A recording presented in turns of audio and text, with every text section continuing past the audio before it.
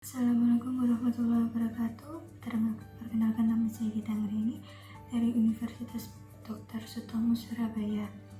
Saya Prodi Agribisnis Perikanan dengan NIM 2019-2114005. Di sini saya akan mempresentasikan tentang kelimpahan zooplankton sebagai sumber pakan alami di Desa Kampung Gisi, Tembeling, Kabupaten Bintan. Kampung Gisi termasuk dalam wilayah administrasi Desa Tembeling, Kabupaten Bintan. Desa tersebut menyimpan beraneka ragam potensi perikanan serta biota ekonomis penting lainnya. Kondisi tersebut tentunya tidak terlepas dari kondisi perairan yang baik dan kestabilan ekosistem yang selalu terjaga. Kehidupan zooplankton berhubungan dengan kondisi parameter fisika perairan sehingga kehidupannya selalu terhubung dengan kualitas perairan. Perubahan lingkungan yang sering terjadi pada suatu perairan akan mempengaruhi keberadaan zooplankton baik langsung atau tidak langsung. Zooplankton merupakan konsumen pertama yang memanfaatkan produksi primer yang dihasilkan fitoplankton. Peranan fitoplankton sebagai rantai makanan antara produsen primer dengan karnivora besar dan kecil dapat mempengaruhi kompleksitas rantai makanan yang dalam ekosistem perairan, sehingga keadaan zooplankton berbanding lurus dengan keberadaan fitoplankton. Penelitian ini dilakukan pada bulan Oktober hingga Desember, berlokasi di Kampung Gisi, Kecamatan Teluk Bintang, Kabupaten Bintan.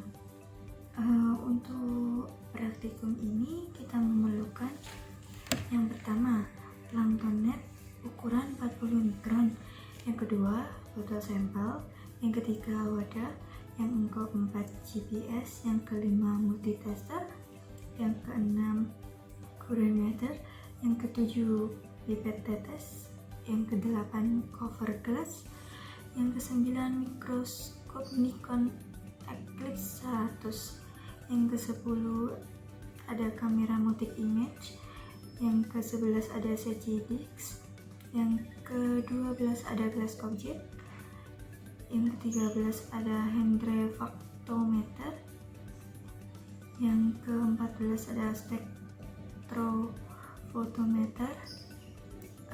Untuk bahannya ini kita ada sampel zooplankton, yang kedua formalin dengan kadar 4%, yang ketiga aquades, yang keempat tisu dan label. Selanjutnya kita akan menentukan titik sampling.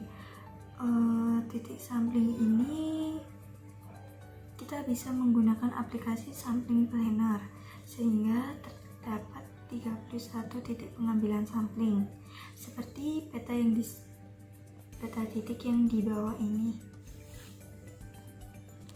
Selanjutnya untuk pengambilan sampel zooplankton. Pengambilan sampel zooplankton ini bisa dengan menggunakan zooplankton net yang diambil dari permukaan air laut sampai kedalaman 50 cm. Pengambilan dilakukan dengan cara menyaring air dengan wadah bervolume 10 meter dan disaring dengan plankton net sebanyak 100 liter. Zooplankton net yang digunakan adalah jaring pantang nomor 25 dengan ukuran mesh size 40. Untuk pengambilan sampel zooplankton umumnya pada waktu malam hari, sekitar jam 9 malam hingga jam 11 malam. Langkah selanjutnya adalah pengawetan zooplankton. Pengawetan ini dimaksudkan untuk tetap menjaga keutuhan dan bentuk zooplankton agar mudah diidentifikasi. Untuk tetap menjaga keutuhan dan dengan diawetkan dengan lugol 10%, selanjutnya diamati dan diidentifikasi di laboratorium darat. Langkah selanjutnya adalah identifikasi zooplankton. Zooplankton yang akan diamati di bawah mikroskop pertama diteteskan ke atas gelas objek, kemudian ditutup dengan gelas penutup yang tipis dan diidentifikasi zooplankton dilakukan dengan menggunakan metode sensus dengan acuan buku identifikasi. Kemudian jenis zooplankton yang diamati difoto dengan menggunakan kamera digital. Panduan digunakan untuk identifikasi zooplankton diantaranya marine and freshwater plankton. Langkah selanjutnya adalah pengukuran parameter fisika kimia perairan. Parameter yang diukur dalam penelitian ini meliputi parameter fisika yang pertama suhu, salinitas, kecepatan arus, dan kecerahan. Sedangkan untuk parameter kimia yang diukur meliputi yang pertama oksigen terlarut, derajat keasaman, nitrat, dan fosfat. Nah, untuk analisis kelimpahan zooplankton ini dapat dihitung berdasarkan rumus Fahrul di tahun 2007 dengan N sama dengan N dikali VR per FO dikali 1 per Fs. Keterangannya sebagai berikut. N adalah jumlah sel telur atau per liter. N kecil adalah jumlah sel yang diamati. Fr adalah volume air yang tersaring. Fo adalah volume air yang diamati. Fs adalah volume air yang disaring. Dari hasil tersebut, hasil analisa komposisi jenis menunjukkan bahwa jenis komposisi tertinggi terdapat pada Apoklop SP dengan presentasi komposisi tercapai 31%, sedangkan terendah komposisinya ini pada Stylomyces SP dengan komposisi mencapai 2%. Dan selanjutnya sama, ini tetap sama, tapi cuma yang berbeda hanya ini berdasarkan grafik batang.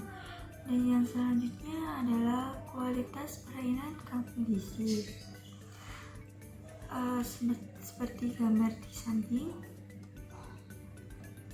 menunjukkan hasil pengukuran parameter fisika perairan, yaitu suhu berada kisaran 28,7 sampai 29,3 derajat Celcius dengan rata-rata 28,99. Dengan salinitas berada pada kisaran perairan berada pada kisaran 0,04 sampai dengan 0,08 meter per S dengan rata-rata 0,06 meter per S.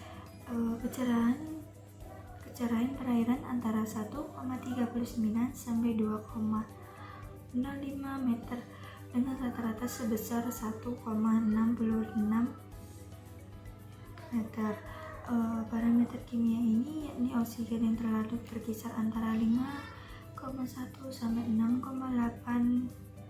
mg per liter dengan rata-rata 5,49 mg per L.